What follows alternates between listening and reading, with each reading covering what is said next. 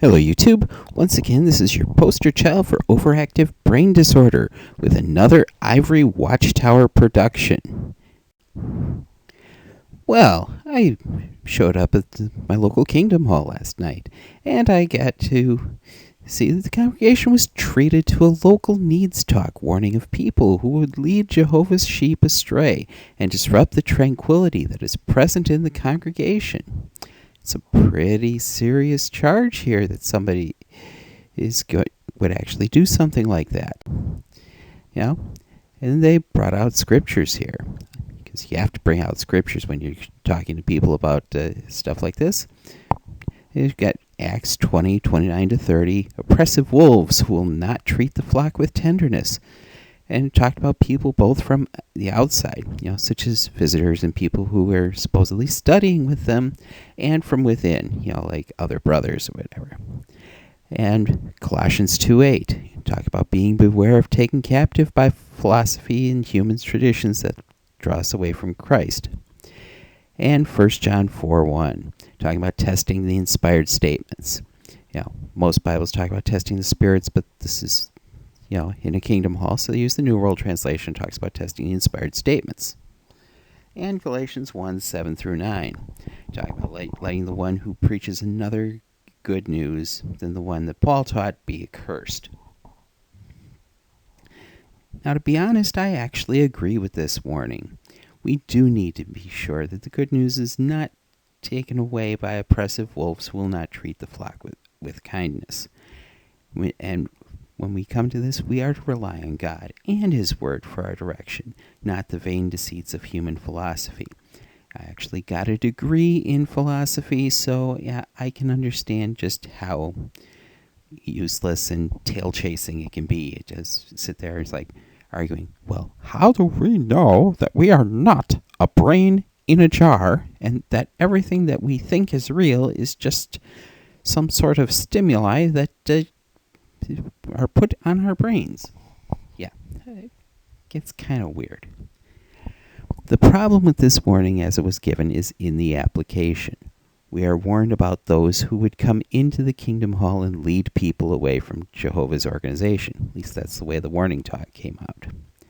Now, if you are actually doing something like that if you wander into the Kingdom Hall and use this opportunity, as it were, to sit there and badmouth everything that they're saying there, I have two words for you. Bad form. You are entering this Kingdom Hall as a guest. They have invited you in. You don't go and dump on somebody's parade just because you don't like it there. If you didn't want to go in there and have respect for what was going on, don't go in. You are a guest. This is their home, as it were. They've invited you in. Go and at least play nice. If you want to lead people away from what they're doing, do that in your own domain. Set up your own YouTube channel and do that. Write long treatises and put them up on a blog or something, or go onto Facebook or something like that. Don't do it in the Kingdom Hall. That is very bad form. Now, yes, what are we to be aware of? Because the Bible does warn us to watch out for things that will lead us astray. Well, we're to be aware of human reasoning and philosophy that draws us away from the message of Christ as taught by the apostles. In fact, Paul went so far as to say that anyone teaching contrary to the good news of the Christ is anathema, which is literally basically being assigned to the garbage heap. It's like, okay, if you see something like this, okay, fine. Out the door with you. You go into the refuse pile. We don't deal with you anymore. Now, with Paul pronouncing anathema on people who don't teach the message of Christ as the apostles brought it to us, it is really incumbent on us to discover what the good news actually is. We can't just sit there and say, oh, well, this pastor or this elder or this whatever taught me what the message is, and we just have to go with it. No. Now, the good news is it's actually found in the scriptures. Yes, the good news about the good news is that you can actually find it in the scriptures. And since we could be led astray by false teachers, we really need to be sure for ourselves what the message is.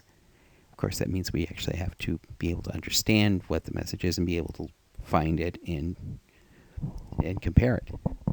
And after all, we are to give a reason for the hope we have with gentleness and respect.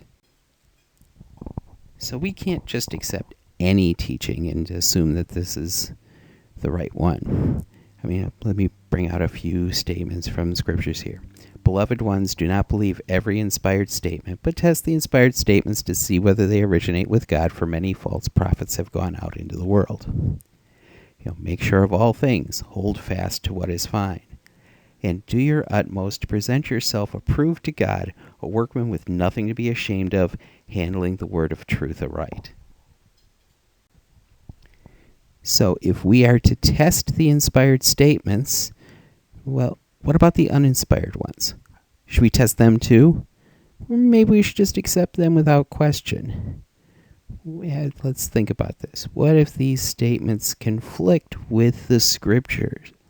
Okay, so we've got these, testing the inspired ones, the ones that supposedly came from authoritative sources.